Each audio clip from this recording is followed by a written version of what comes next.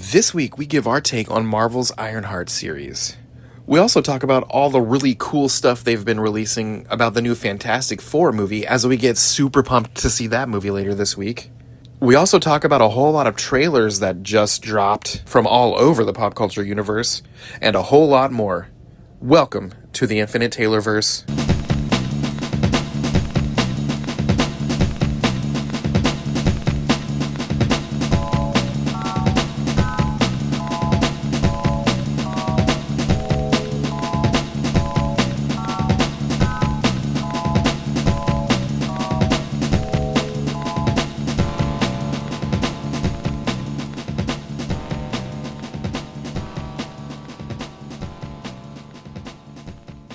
Warning. Red alert. Ay, ay, ay, ay, ay! Danger, Will Robinson. Danger! That's the emergency alert. This episode is full of spoilers for some of the latest and greatest nerdy movies and shows. Spoilers. Listener discretion is advised. What's up, guys? Billy here, and I wanted to quickly thank everyone that's been voting for my lovely wife and I in this really cool competition that we've been nominated for.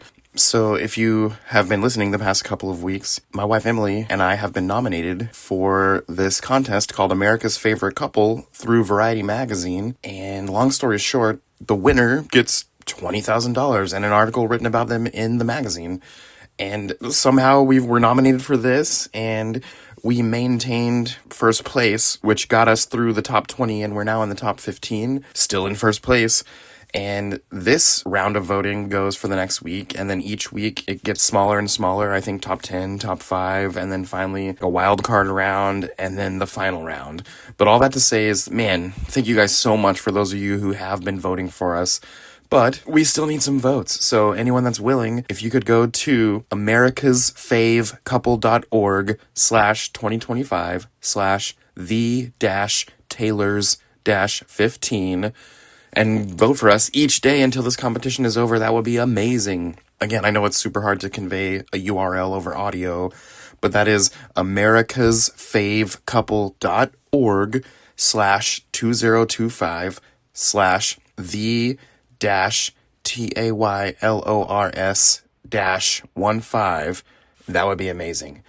Again, thank you guys so much. You're amazing. It would be so cool to win this, so your vote means the world to us. And now, back to your regularly scheduled programming. What's up, everybody? Welcome to the Infinite Taylorverse podcast. I'm Billy Taylor. I'm Taylor Oxner. And this week we're back. We are going to talk about some of the fun stuff happening out there in the pop culture universe. But before we jump into that, Taylor, what have you been nerding out about this week, man? This week I've been nerding out about Magnificent Seven movies. Oh, nice. Kind of slowly been rewatching all of them for like a year. Watch one and then it would be a few months, and I watch another one and it'd be a few months. Yeah, if you like old westerns, they're really good. I enjoy them a lot. Yeah, I haven't watched those in a long time, but when I was younger, those were my grandpa's favorite thing ever. So they always make me think of him because that's something he would always have on. If he wasn't doing something, that's just what was on in the background. And yeah, they Yeah, just make me think fondly of him. they're relaxing. I don't know why. It's something about old westerns kind of relaxing to me. Yeah. And it's funny, when I was younger, I didn't love westerns, but the older I get, No, yeah, same here. Like, exactly. It's so weird. yeah, I get real excited when they bring out modern ones, like, oh, cool, a new one, and it's weird. It's a weird shift that has happened to me in the past decade or so. Yeah, it's like the same thing with like war movies. I wonder if that's just like something that happens. You just start to get into like old man stuff. Right? These are great. Mm-hmm. Yeah, Yeah, exactly. I've been nerding out about some card games. I've been playing a lot with my family, and we visited a family week before last, and we played a lot of card games. And then my own kids have just been really into card games, and there's a couple that have been so fun. There's this one called Flip 7. First of all, it's $7 at Walmart, so it's super attainable. And the gist of the game is there's one dealer, and the dealer's playing two, and you deal everyone one card. And the cards are either numbers or these little special action cards. And for the most part, you want 7 numbers in front of you without a number repeating. If the number repeats, you bust, kind of like if you go over 21 in blackjack. And Yeah. if you get 7 cards, you get bonus points. And at any point, you can quit, and you just add up all your numbers and you get points. And the first person to get 200 points wins. And it sounds so simple, but it was a lot of fun. And the other game that was a crazy blast, this one has kind of been a social media hit right now. It's called Coyote. It's from the same creators of Exploding Kittens. Oh, right on. I Have love to exploding kittens. Oh, that game is so fun. And this game is nothing like that game. It just happens to be made by the same people. They also make unstable unicorns. I think they did. Don't quote me on that, but I think they did. Okay. But this Coyote game, you lay out 7 cards in the middle of the table, and they each have an action and a word. And what I mean by that is it might be a picture of a guy making a finger mustache on his face, and then the word mustache, or the word jazz hands, and you're wiggling your fingers like jazz hands. And anyway, the whole group of people, like let's say there's 5 people playing, everyone has to be clapping their hands on the table to the beat of We Will Rock You. So it's like boom, boom, clap, boom, boom, clap. And instead of clapping, if it's your turn, you have to do the action and the word on the card. So it's like boom, boom, mustache, boom, boom, vampire, boom, boom, jazz hands, whatever the case may be. And you have to go around the table of people playing. And if anyone gets off and messes up, they get a strike. And the first person to get 3 strikes loses. And then if you've made it to the last man standing, you win the game. And it sounds so silly, but man, we had a lot of fun playing that.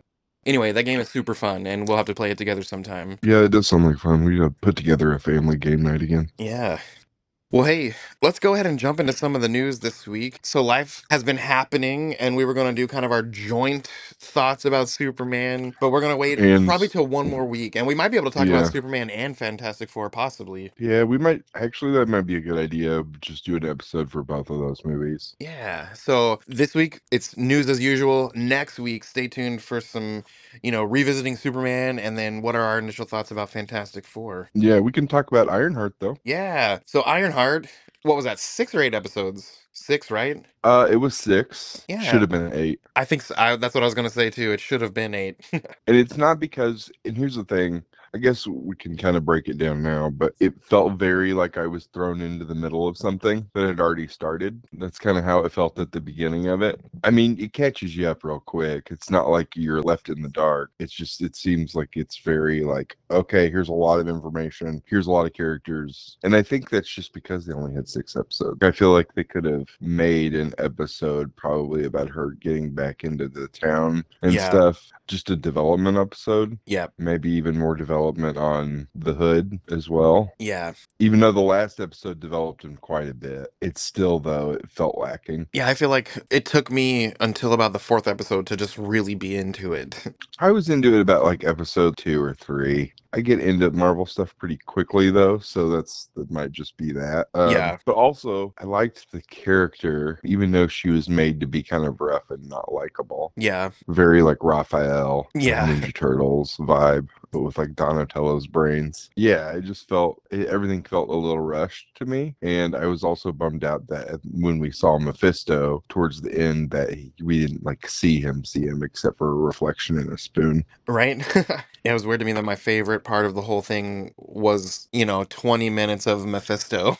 Yeah, well, it was cool, and we had been waiting for that character for a long time, and so we were kind of on the edge of our seats by the time we finally saw him. Right? And it's still odd to me. Obviously, we knew the plot, we knew the hood was part of this, but let's say we didn't know any of the plot details. I feel like Ironheart was such an unlikely place to put this character, you know? You expect it on Doctor Strange and you expect it on Agatha, but we get him in Ironheart. And again, we knew the plot details, we knew the villain was the hood, so it makes sense. It makes perfect sense, but it's just funny that this is where we finally got him. Yeah, and the Hood's character directly is Connected. connected to Mephisto. Yeah. So usually, if his character, they're not together all the time, but it's like the origin story of that character, basically. So Yeah. is with the other one. So Yeah. Overall, I really enjoyed it. It was another good Marvel piece. yeah, I give it a B minus C plus. Yeah, I feel like a B minus. That's where I am too. There were some things, and this is with a lot of shows and movies, not just Marvel and not just this, but there's so many times when it's like just communicate, just ask for help, just talk about it. Yeah, And it makes me yeah, so frustrated. And again, that's not just this, that's so many things. Like, oh man, that whole situation could have been prevented if you had just talked about it. yeah, yeah. That's always one of those things for me. If I notice it during the movie or Uh-huh. during the show while I'm watching, it'll bother me. Yep. You ever seen the movie The Big Lebowski? Yeah. So it's like one of my favorite movies, but the first time I watched it, it stressed me out so bad Right. because it was all just about a rug, and it was just like, but like I was so stressed, I was just like, just go get another rug. Right. It was one of those kind of things for me. But not with this. I didn't notice it until after you had said something. And I was like, oh, I guess you're right. But, these little things that frustrate us, without them, the plot does not move forward. So I get it. It's Yeah, just frustrating. absolutely. But yeah, great show. I really liked it. And I'm just excited to see all these things that they're doing right now are kind of leading up to eventually, Doomsday and Secret Wars. I wonder what Riri's role might be in those stories, if at all. Probably just a backup Avenger. Or do you think she's going to be a big part of the new champions, aka Young Avengers? I mean, possibly. There's so many of those kids that running around right now. I can't imagine that team being that big, but Right. we'll see. It's almost as big as the Legion of Superheroes. I know there are a lot of those kid superheroes running around right now. Yep. Yeah, it's going to be fun to see all this stuff connect. And speaking of, leading to Doomsday and Secret Wars, Kevin Feige was just interviewed recently in the past few days, and he kind of dropped a lot of stuff. Some of the stuff we've heard before, but hearing him say it kind of confirms it. One of the things was he, out of his mouth, said Blade is still in active development. He also said Moon Knight and the Eternals are going to be returning soon. So that was interesting. He said when we finally get to Secret Wars, it is officially going to reboot the entire MCU. So we saw that coming, but he said it out of his mouth. He also said that Iron Man and Captain America will be recast after Secret Wars, but Thor, Chris Hemsworth, will be still playing Thor for many, many years to come. So I thought that was interesting. Yeah, He said that Spider-Man Brand New Day is officially going to be a street level story. We kind of saw that coming. And then speaking of Spider-Man, the interviewer asked about Miles. When are we going to see Miles? And he's like, well, unfortunately, Sony is not wanting us to get our hands on Miles, at least not yet. So that kind of sucks. But it's probably tied up with the fact that we haven't even wrapped up Spider-Man Across the Spider-Verse. So that's kind of annoying. I'd love to see a live action Miles. yeah. Do you think that? Well, I guess that is happening. That's what they said. And speaking of that movie, it got another delay. This time only a few weeks as opposed to months, but June 25th, 2027 is when we're finally going to see that movie that was supposed to come out March 2024. Yeah, I still can't believe it hasn't come out yet. I know, it might not be the longest gap between sequels ever, but it's the longest gap between something that's been finished, I feel like. Yeah, I wonder why. I know, it's so weird. Got a little bit of Fantastic Four news, knowing that it comes out this weekend. As of you guys listening, you could possibly have seen it by now, but it comes out this weekend. I'm so excited to see it. Something they dropped about it is obviously we know that this is not our official Earth 616 world that this movie's taking place in, but the director said that this world is officially Earth 828, and they named it that, just that random number, they named it that because it's an homage to Jack Kirby, whose birthday is August 28th. So Okay, I thought that was kind of cool. that is cool. And then going back to that Kevin Feige interview that I was talking about, it feels like what's going to shove these Fantastic Four characters into Earth 616. We might have been thinking, oh man, their world's going to get destroyed or something like that. But in that Kevin Feige interview, he said that Earth 616 heroes at some point are going to visit Earth 828 from the Fantastic Four, and we're going to see that in Avengers Doomsday. So apparently that world is not getting destroyed if that's going to happen. Interesting. So yeah, that's pretty interesting. I Did wonder a if they're gonna like grab them up and because yeah, I don't know. Okay. maybe if you remember at the end of Thunderbolts, it appears that the Fantastic Four's coming to our Earth or whatever. Yeah. What if they oh we forgot this or oh we need this and it's only on our planet or something like that, and maybe Yeah. that's what they got to do. Yeah. Maybe. So Disney and Marvel did this big, they called it their blue carpet premiere, and this was last night, and they had a whole lot of stuff coming out of it. And one of the things was they dropped the first 5 minutes of the movie, they dropped it where people could watch it, and I actually watched it earlier. And it was just a big montage montage, because kind of like the way Superman, spoiler alert, sort of, that movie doesn't have an origin. You just drop right into the action. It's kind of like picking up a comic book off the shelf. You jumped right into the story. Well, this movie, it's also not retelling for the what, third, fourth, fifth time the Fantastic Four origins. It gives you a real quick recap. They went to space. They had these space waves that gave them powers, blah, blah, blah, blah, blah. You get like a real quick montage of that instead of a whole, 2 hours of origin or whatever. And that's what the first 5 minutes of this movie appears to be. Just a quick montage of here's how we got our Fantastic Four. They're our Earth's greatest heroes, blah, blah, blah, blah. Anyway, long story short, it looked pretty good. And it's making me even more excited to go see it this weekend. That's awesome.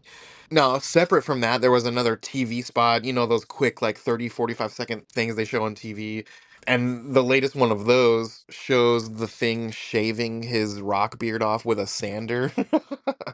And I just thought that was kind of funny, kind of cool. The last thing I have with Fantastic Four, the internet has announced that there are officially two post-credit scenes in this movie, which, that's par for the course with Marvel these days, but they've kind of confirmed there are two of them, one in the middle and one at the end. And they made it sound like I didn't read any spoilers, but it sounds like one is kind of for fun and one is very important for things moving forward. Okay. But that's the last bit of Fantastic Four news. The final thing I have with Marvel altogether is they just officially wrapped up Vision Quest. It's done filming. They haven't put a premiere date to it. It just said sometime in 2026. So they're done filming. They're putting the last minute touches on it, and we're going to be getting it next year. Oh, Yeah. okay. Over That's with cool. DC, yeah, Superman this past week has crossed $200 million domestic and $400 million worldwide. So it is well on its way to making the amount of money they wanted to make. And I think that's pretty cool. Yeah, it's only for 1 week, right? We're now into the second week. So Okay. once they added into it the second week finance numbers, they're well on track. They said they wanted to make 500 million, and that's easily going to happen. I mean, it's no Avengers money. Oh, yeah, that stuff's crazy. $1 billion in the first week. Yeah. I wonder what the kind of numbers Doomsday is going to do. Oh my gosh, it's gonna, like on some of those goofy TV shows where the people are trying to lose weight and they step on the scale and it says error, like it's too much. Uh-huh. It's gonna be like that, but with money. I mean, Robert Downey Jr. coming back alone is going to just, oh my goodness. Oh, I know. Somebody said that they were going to tease an Iron Man 4 with him coming back, I guess. Oh, that'd be crazy. Another cool thing that happened out of this Superman movie, I saw an article that says online searches and actual interactions and occurrences of dog adoptions have increased over 500% in the United States since the Superman movie came out. That's really cute. Yeah, I know. That's so cool. And this is such a cool thing to me. Do you remember back in the day in elementary school, were you one of the kids that read those choose your own adventure books? You know what I'm talking about? Yeah, yeah. Yeah, and they had that similar cover. It was like white with the same text, but a different picture. Yep, yep. Yeah, you read a chapter and it's like, for this result, go to page 70, and for this result, go to page 40, or, Yeah. whatever. Well, the author of that whole series of Choose Your Own Adventure books, his name was Edward Packard, and he is David Corenswet's grandfather, the new Superman. That's his grandpa. He made all those books. Oh, okay. Interesting. Yeah, that was just a neat little factoid I saw online. I'm like, that's crazy. That's so cool. Did you ever have a 2XL? What is that? I don't know why I can't think of what It's a that is. robot toy, and you put a tape in his chest, like a Oh, cassette tape, and it was Choose Your Own Adventure, and there were buttons at the bottom of them. wow, you just unlocked something, man. I did have one of those. I had one that I played with constantly, and I had a Superman one. That is so cool. I had a Superman one and an X-Men one and a Batman one. I forgot all about that thing. I totally had Yeah, one of those. yeah. That's crazy. Let's see, a couple last minute things out of Superman. It sounds like there's going to be a Metropolis crime anthology series, and it's going to follow Jimmy Olsen from the movie. And that just sounded cool to me. I really like his character in this movie. That's cool. They've been trying to do something like the humans in the superhuman world thing for a long time. Yeah. Like a long time. Because it did really well for them when they did that. What was that comic? Was it called GCPD? Oh, yeah, I remember reading that one. It was out for a long time. It was a successful. I think it was called GCPD. I That want sounds to say right. it had maybe had another name, but anyway, there was a comic and it was successful for him. Like people still talk about it who like read it. And then Marvel had what was that? The what's the name of the construction company that picks up the messes from the superhero Oh my gosh. fights? I know exactly what you're talking about. The cleanup crew, or Damage Control. that sounds right. They're Yeah. called they were called Damage Control. Yeah, there was a book that was pretty successful at Marvel too. I mean, I don't know how successful it was. It was a comedy book at Marvel. The DC book was not a comedy book. But yeah, I think both those companies really want a show because I think the idea of a show of people living in a world of superheroes, I think is cool. Uh-huh. But I think people really just want to see the superheroes. Yep. It's like Gotham. At a certain point, Gotham had to end because people are like, I just want to see Batman. Yeah. You know what I mean? Yeah, kind of like Smallville had to end once he became Superman. Yeah, but even then, like every week they had a different superpowered villain and he had superpowers. I'm talking like the main characters are just human.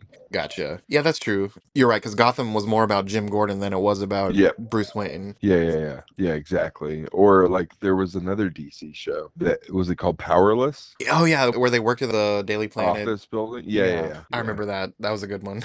But that show didn't do that well. Yeah. You know what I mean? I think they've tried to do this over and over again, and I think that's the thing. It's like I just think at a certain point people are like, I just want to see the superheroes. Yep. Agents of Shield did really well. But at a certain point they started adding superheroes. That's true. All the powered people. Yeah, and Ghost Rider for a whole season. Ghost Rider was like the thing. Yep. And then the time travel season and the alternate dimension season and all Yeah, kinds of stuff.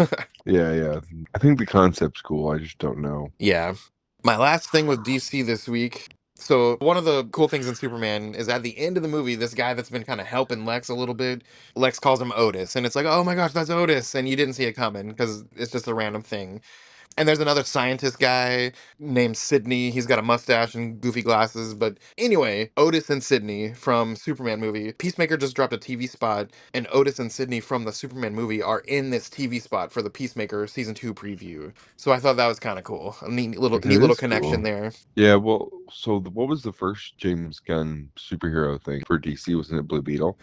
So for DC, it was actually Suicide Squad 2, Okay. and then Peacemaker season 1, and then Blue Beetle happened, and James Gunn was only involved in the sense of they had already made that movie, and at this point he's in charge of DC Studios. So he wasn't actively involved in its creation, but he was kind of the big man in charge of DC at that point, if that makes sense. Yeah. They're still trying to say that that movie's connected and all that, but we'll see how that eventually works out. And I'm excited to see how Peacemaker, which season 1 is 100% part of the, the Snyderverse, and Yeah. season 2 is not. So I'm excited to see how they finally make that make sense. Yeah, for sure. Over with Star Wars, not a lot of news except Ahsoka season 2 is coming pretty soon, and they just announced that Wyatt Russell, who played US Agent over in Marvel, he's going to be playing a new character in this series, a character called Alexander Callis, who used to be an Imperial officer, but he turned into a rebel. So he went from the bad team to the good team. And it sounds like he's working with Zeb, that we know from Star Wars Rebels, and yeah, he's going to be working alongside Zeb and Hera and those guys. So I thought that was kind of cool. That is cool. Elsewhere in the pop culture universe, we got a lot of trailers this week. Did you get a chance to see the one for Mortal Kombat 2? That one looked kind of fun. Yeah, it did look fun. And then we got the long-awaited Stranger Things season 5 trailer. And it's been so dang long. Those kids all look like they have a pension and a mortgage. That's funny. And oh, some news about the live action Legend of Zelda movie. They dropped the names of who's going to be playing these characters. So, some young kid named Benjamin Evan Ainsworth is going to be playing Link, and some young Yeah, I girl. saw that. Yeah, some young girl named Bo Braxton is playing Zelda. And they've both been in tiny little parts in things, a lot of UK sounding things, I think. But basically, they picked kind of some relatively unknowns so that when you look at the screen, you're not like, oh, that's the kid from Stranger Things playing Link. It's like, oh, that's Link. So they went young, I think these kids are 16 maybe. Yeah, it looks cool. I think it's I going to look think, really cool. I'm excited to see what they do with it. yeah. Oh, they dropped the first images for Avatar Fire and Ash. And when I say Avatar, I don't mean the really, really good animated series. I mean the blue people. But it sounds like the first trailer for that is going to debut with Fantastic Four later this week. Oh, interesting. In the past, we've talked about this new Harry Potter reboot TV series coming to HBO Max. and they dropped a behind the scenes video. I think someone recorded it. I don't think it was official, it was a leaked footage, but there was Hagrid and Harry going down an escalator in what looks like a train station, and you could see them together, and by all means they look really good in their parts, so we'll see how Yeah, that goes. well, that's awesome. Oh, they also dropped a trailer, the first official trailer for Predator Badlands. I Did you? saw that. Oh, I Yeah. think that looks awesome. Yeah, with the Wayland stuff. Uh-huh. That And they was got really cool. the girl, the android girl, teaming up with this young predator for an even Yeah. bigger threat. It just looked fun. Yeah. In the past, we've talked about Captain Planet, and there's been news that a live action one is coming and it's going to be a Netflix. And that is all still true. A lot of people were saying Glenn Powell was going to be Captain Planet, but they've just announced that he said he's not attached to that project. So, no Glenn Powell Captain Planet. Okay. And the final thing I have this week is Taika Waititi is no longer attached to Thor movies, but he's still keeping his toe in the water with the comic book type stuff. It sounds like he's currently developing a new Judge Dredd movie. Oh, that will be insane. Right? A Taika Waititi Judge Dredd movie. Yeah, that might be hilarious, actually. I know. When I read that, I was like, ooh, this is going to be good. But hey, that is all the news for this week. Like we said earlier, come back next week, you guys. We're going to be talking about Taylor's take on Superman. We're going to be talking about Fantastic Four. The only negative thing about all this is our summer blockbusters will be over once we've seen Fantastic Four. What are we going to be looking forward to? I don't know, but we'll figure something out. Right? But hey, as for us here at the Taylorverse, I've been Billy Taylor. Taylor Oxner. And come back next week, guys. Same Taylor time, same Taylor channel. Bye. Bye.